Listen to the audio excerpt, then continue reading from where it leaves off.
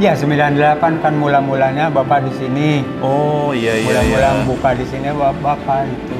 Makanya TBM 3. Mm-mm. Ya. Banyak di sini banyak gitu, Pak.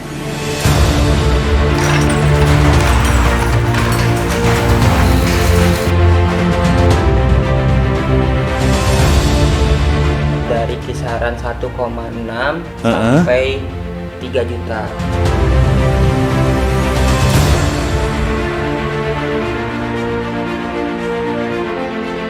Kalau sebelum COVID itu Iya. kita sering keluar negeri gitu. Tapi setelah COVID ya kita agak karena dibatasi gitu.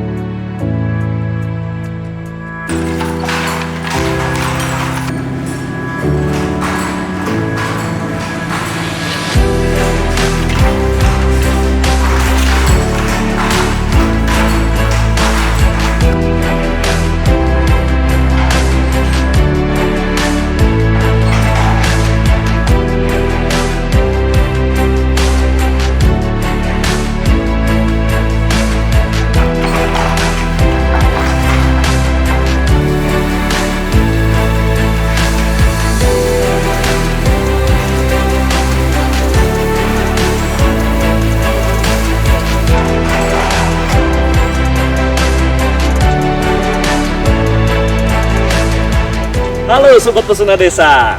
Kali ini saya lagi ada di Kampung Panauan, Kabupaten Garut. Nah, konon katanya di kampung ini dulu terkenal dengan julukan Kampung Tenun Sutra. Tapi semenjak pandemi COVID-19, produksi atau para penenun yang ada di Kabupaten Garut ini sempat gulung tikar dan juga banyak yang tidak melanjutkan produksi. Nah, di Pesona Desa kali ini kita akan menemui para penenun yang masih bertahan, mengingat Kabupaten Garut sempat merajai tenun sutra di Indonesia.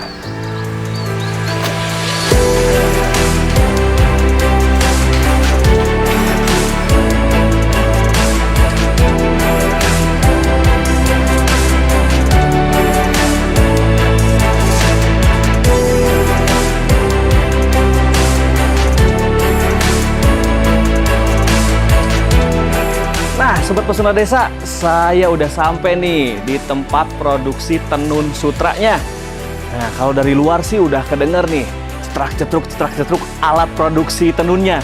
Nah, saya akan lihat langsung ke dalam seperti apa sih produksi tenun sutranya.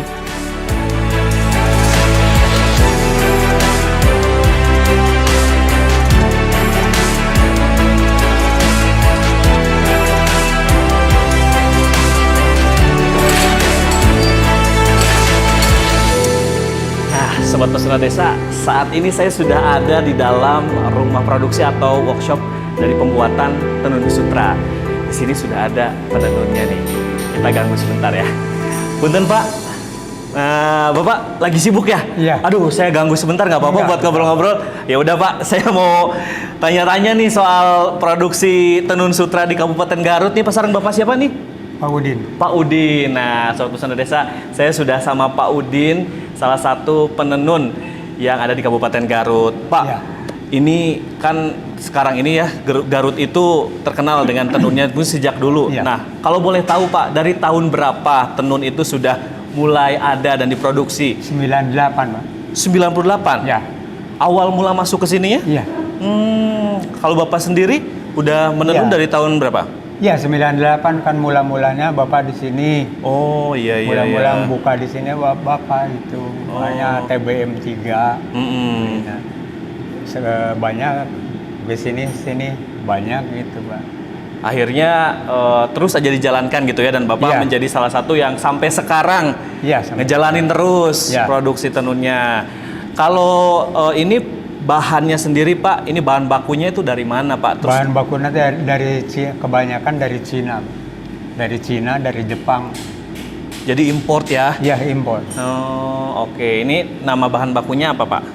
Sutra Sutra ya? Ya. Dari Cina ya? dari Cina. Wah, luar biasa. Terus kemudian Kalau untuk prosesnya sendiri nih Pak, kan ini saya lihat di sini banyak banget alat yang saya asing ini Pak, soal alat-alatnya. Ini tahapan yang sedang Bapak lakukan ini apa dulu nih di produksi kali ini? Dulu ATBM biasa gini kan waktu dulu untuk batik ke Cirebon. Kalau ke sini ketemu dengan Bu Ani, bikin motif-motif ikat. Oh iya. Udah ikat. Nah ini ada lagi motif sekarang kan benang lain. Waktu dulu 28/3, sekarang masih 28/1. Oh. Yang dikerjakannya. Jadi ada perkembangan dari motif dan juga teknis pembuatan tenun sutra Sobat Pesona Desa. Mengingat juga Pak Udin ini sudah dari tahun 98, kira-kira sekitar 24 tahunan ya Pak ya? Iya ya. Sampai sekarang itu ya Pak ya? Iya. Nah Pak, dulu di Garut sampai dengan sekarang ada turun naiknya mungkin ya Pak dalam usaha ini. Yang Bapak lakukan itu seperti apa sampai akhirnya sampai sekarang tuh tenun tuh masih tetap berkembang dan berproduksi gitu di Garut Pak? Iya. Dikarenakan ada dorongan dari Bu Ani Bu Oke Pak. Ada dorongan di atas itu. Iya. Barang-barang ke dia yang memasarkan dia gitu. Yang dia membantu pemasaran dia. Membantu pemasaran, jadi akhirnya Bapak termotivasi untuk terus berproduksi ya Pak ya. Nah, kalau di sini Pak, tahapan-tahapannya kalau boleh saya tahu, ada tahapan apa dulu pertama terus dilanjutkan tahap apa gitu, saya penasaran gitu sampai akhirnya jadi kain gitu Pak. Mula-mula kan dari sini pemasakan. Oh itu dimasak, apa yang dimasak? Benang? Benang. Oh benang, saya pikir kainnya udah jadi Pak. Enggak. Oh enggak, ternyata Sobat Pesona Desa. Kan itu sedang masak benang itu. Benangnya dimasak dulu. Masak dulu. Udah masak, langsung dikelos ke sana. Udah dikelos langsung pihane kena bom ini, baru tenun. Oh jadi ini justru teknik yang terakhir hampir ke finishing ya, atau belum? Masih ada lagi?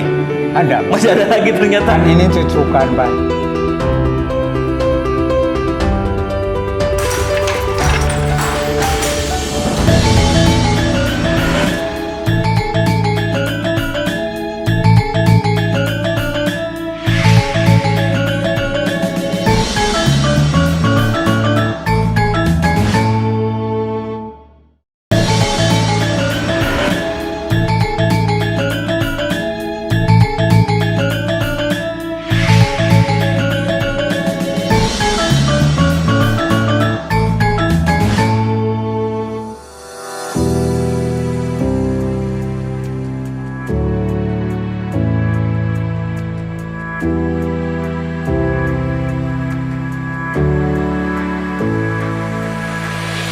Oh jadi ini justru teknik yang terakhir hampir ke finishing ya, atau belum?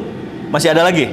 Ada Pak. Masih ada lagi ternyata. Kan ini cucukan Pak. Oh aduh, dibantu juga sama cucu cinta ya? Ya sebelumnya ditenun kan nyucuk dulu. Nyucuk ya? Udah dicucuk, disetel, baru nenun. Oh iya. Oke, saya pikir dibantu sama cucu ya. Nyucuk gitu ya Pak ya? Iya, nyucuk. Oh proses nyucuk. Ternyata banyak juga nih Sobat Pesona Desa tahapan pembuatan sampai akhirnya kita melihat banyak jadinya. Proses lah. Banyak proses sampai akhirnya jadi kain tenun utuh gitu yang cantik dan harganya juga variatif. Nah, Pak, berarti yang tadi Bapak jelasin itu ada penggodogan dulu atau perebusan dulu benangnya. Itu supaya apa, Pak? Supaya lembek. Kan tadinya kenceng. Oh, kaku itu. Lebih kaku gitu ya teksturnya. Lembek gitu. Jadi biar lebih halus dan mudah mungkin nanti proses Bapak ininya ya, nyulamnya dan sebagainya. Kalau 28/3 itu kalau nggak dipasak atau dikulub itu nanti kaku kan kainnya jelek Pak. Oh, nggak lembek gitu. Jadi teknik teh mengandung maknanya, ada manfaatnya gitu ya Pak ya. Kan obatnya ada 3 warna, ada soda as, sipol, sabun yang pelembek itu. Oh, jadi ada bahan campuran juga di situ teh ya Pak ya. Oke, nah setelah proses itu pengeringannya tuh gimana Pak? Dijemur atau gimana? Dijemur. Dijemur berapa lama biasanya kalau benang? Ya tergantung mataharinya. Cuacanya Pak. ya. Kalau matahari terang, wah tengah hari juga beres. Ya. Wah beres itu baru udah siap baru dikelos dulu. Pemalosan ke sana. Oke, oke. Ya seperti ini disebutnya cross itu. Oh, iya. Nah, Pak, kemudian Pak, Bapak kan ini produksi setiap hari berjalan. Ya, Itu yang dihasilkan itu dalam sehari berapa banyak? Atau perlu waktu yang cukup panjang sampai akhirnya jadi gitu satu kain? kalau ini satu potong, satu orang itu satu potong ininya satu minggu satu potong. Satu Sulam, minggu kalau satu sulam. potong sulam. Ya. Ukuran berapa Pak satu potongnya? 2,5 meter. 2,5 meter. Itu oleh satu orang. Satu Selesai orang. satu hari gitu Satu ya. orang. Oh. Ini agak sulit dikerjakannya. Kalau tenun biasa kan Iya. sutra biasa 6 meter, Pak. Oh, jadi ada beberapa bagian ukuran lagi yang harus diselesaikan ya Pak ya. Kalau misalnya seharinya 2 meter, Ya, berarti mungkin 3 hari baru jadi utuh gitu 6 meter gitu ya Pak ya. Nah, kalau untuk pembuatan motifnya sendiri itu nanti diproses finishing di pas terakhir atau gimana Pak? enggak ada motif ini kan motif ya. Ada rumusnya? Ada. Oh, waduh. Bapak nggak pusing gitu Pak ngerjain ini semua? Tentu pusing mah ada. Ada weh. Tentu pusing. Berarti Sobat Pesona Desa yang membuat ini, penenun-penenun ini hebat, cermat, teliti, itu harus ya Pak ya? Iya. Harus konsentrasi. Harus teliti. Jadi lamun misal moodnya agak jelek ini nggak bisa itu. Nggak bisa. Bisa mempengaruhi hasil nantinya ya? Iya. Oke, berarti sekitar 3 hari baru jadi kain utuh Iya. gitu ya Pak ya?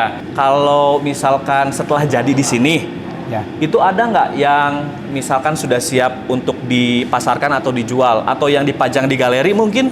Iya. Ada? Di galeri? Oh, kalau gitu saya boleh lihat diantar sama siapa? Sama Bapak atau sama siapa? Enggak, itu ada yang bilang. Oh, sama siapa nih? Oh, Produksi- oke. Produksi mah udah jadi di galeri semua. Oke, dengan Kang siapa? Hilal. Kang Hilal. Oke, Sobat Pesona Desa, kita akan ke galeri untuk melihat seperti apa sih hasil produksi dari Ya. proses yang begitu panjang dilakukan sama Pak Udi dan kawan-kawan di Ikat rumah bisa, ya? produksi ya. Ikat itu. Oke, sip. Ikat sudah. ada. Ikat banyak ya Pak ya. Oke, kalau gitu kita langsung meluncur. Yuk Kang. Ya. Dari kisaran 1,6 sampai 3 juta.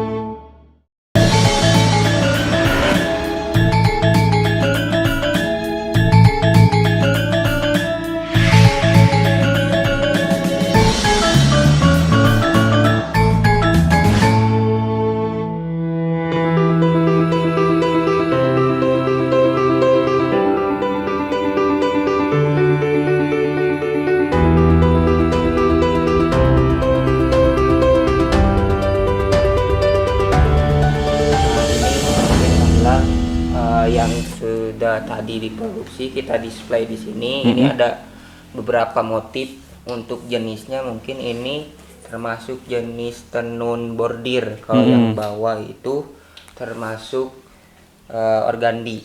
Gitu. Ini termasuk produk kita yang baru lah secara jenis tenun karena ada sekitar 8 jenis tenun gitu dan ratusan motif. Waduh. Di galeri kita gitu. Banyak banget ini ya tuh Sobat Pesona Desa, kita bisa lihat di sini berbagai macam motif dan juga jenis ya Kang tadi Iya, dibilang ya. betul. Warna-warna juga variatif banget. Jadi cocok banget nih kalau yang memang suka dengan kain-kain tenun yang punya banyak warna dan juga pilihan. Ini cocok banget buat jadi rekomendasi. Nah Kang, tadi Akang jelasin ada jenis Ya jenis ada motif. berarti beda ya. Mungkin lebih ke teknik pembuatan tenun oke. dan hasilnya. Ini termasuk yang bordir itu yang terbaru ini organdi gitu. Untuk harga mungkin di kisaran karena beda motif pasti beda harga. ya. Oh. Karena tingkat kesulitan sama proses lama Iya. pembuatan. Boleh tahu nggak berapa nih kisaran harga yang ada di etalase ini nih? Oh, kalau dari atas itu sampai bawah dari kisaran 1,6 sampai 3 juta gitu. Oh, jadi yang ada di etalase ini khusus untuk yang harga 1,6 juta sampai 3 juta. Waduh, jadi ini mah disesuaikan dengan selera dan juga budgetnya ya Kang ya. Jadi banyak pilihan juga nih Sobat Pesona Desa.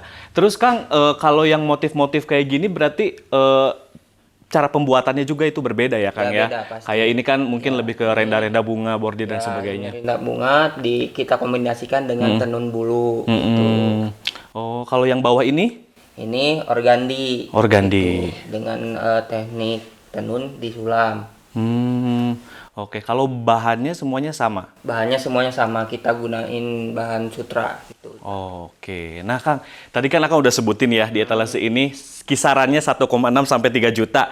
Ada nggak yang jenis lain yang harganya melebihi 3 juta mungkin? Oh, ada. Ada. Oke. Dari tingkat kesulitan sama apa? Motifnya juga ya. Oke, kalau gitu kita akan lihat nih Sobat Pesona Desa. Di mana Kang? Boleh tunjukin Kang? Di sebelah sana. Yuk, boleh.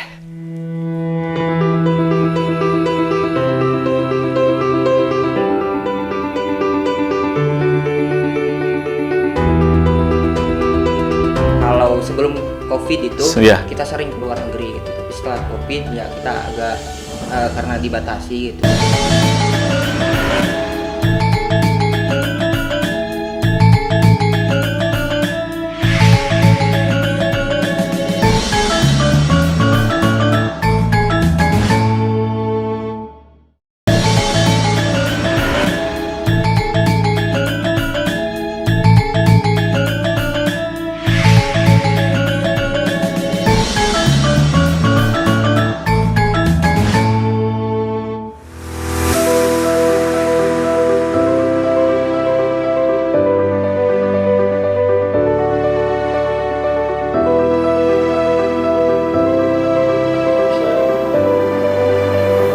Ini ya Kang ya.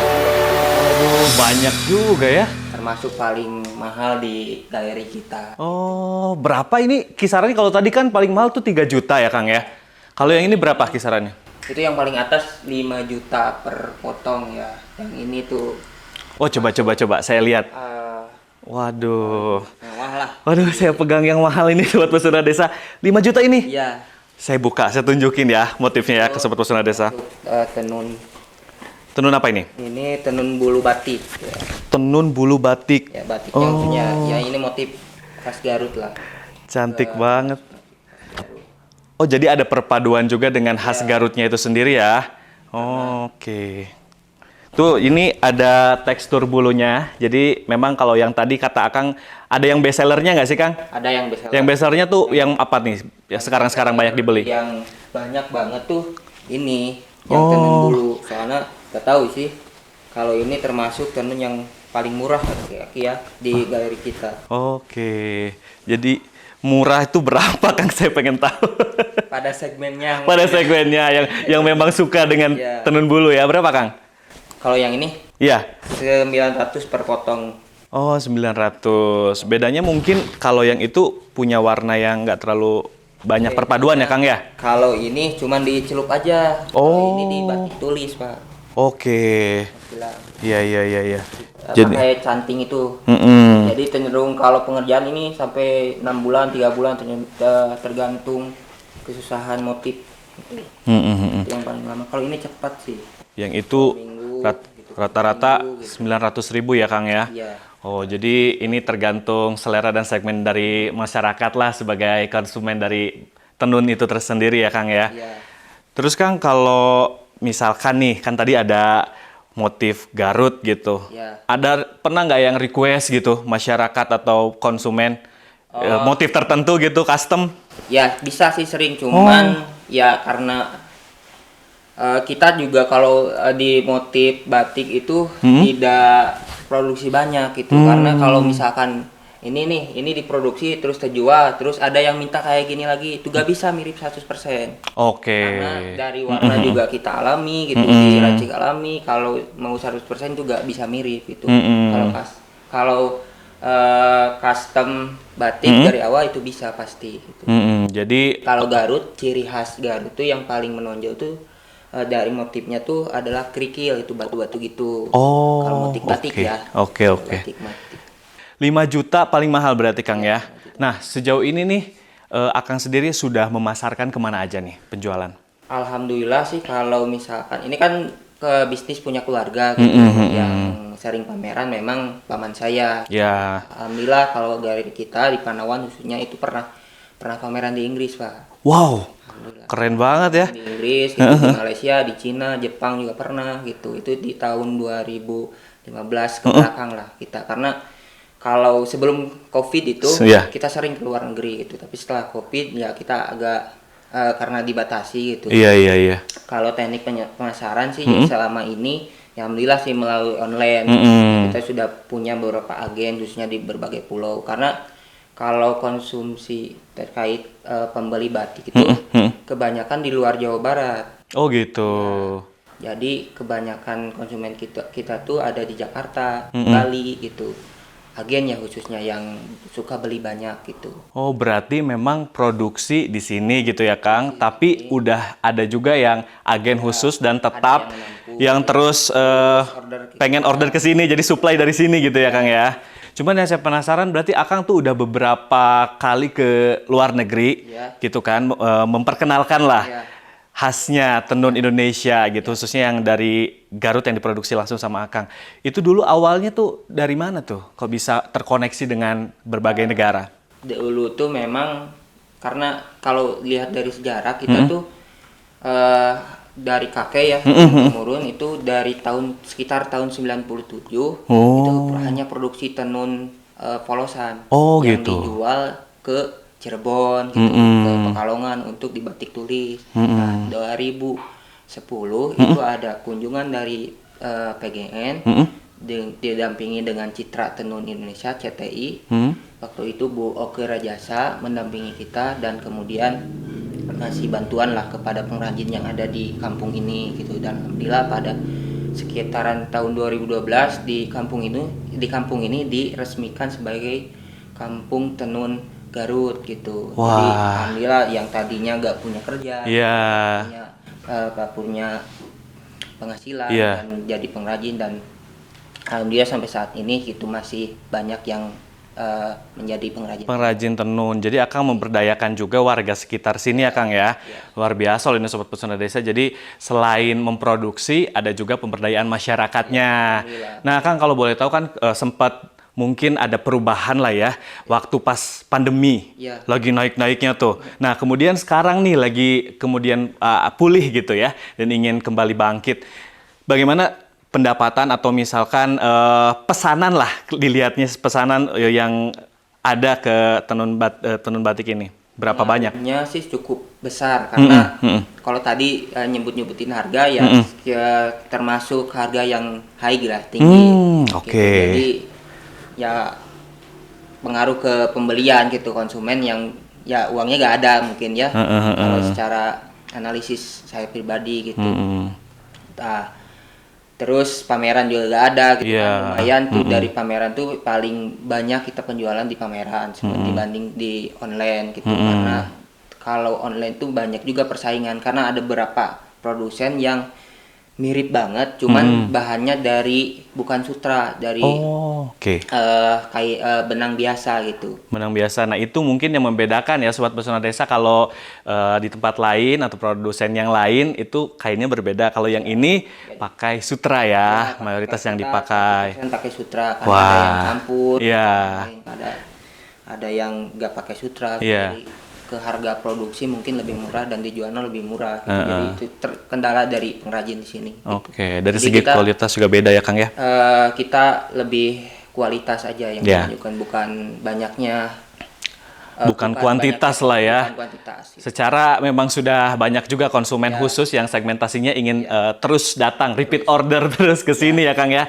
Omset 1 bulan tuh boleh tahu nggak kisarannya berapa? Kalau yang lebih tahu sebenarnya paman saya. Karena kebetulan saya lebih fokus di pemasaran sama desain motif.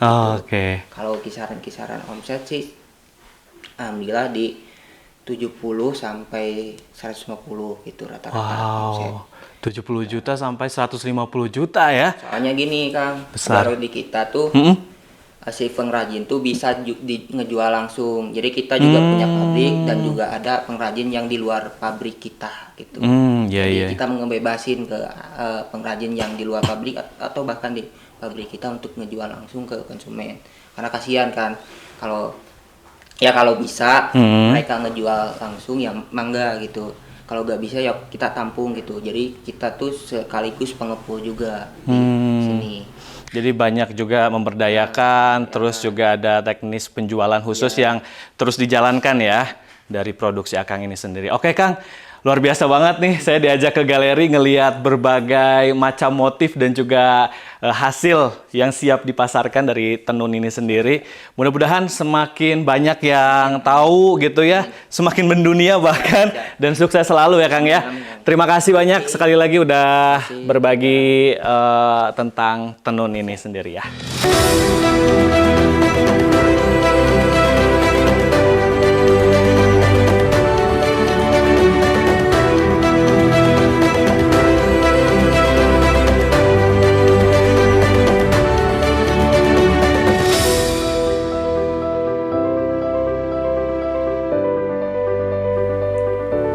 Nah, Sobat Pesona Desa, gimana? Cocok nggak nih? Keren nggak nih? Saya pakai tenun jenis batang yang sudah jadi kemeja.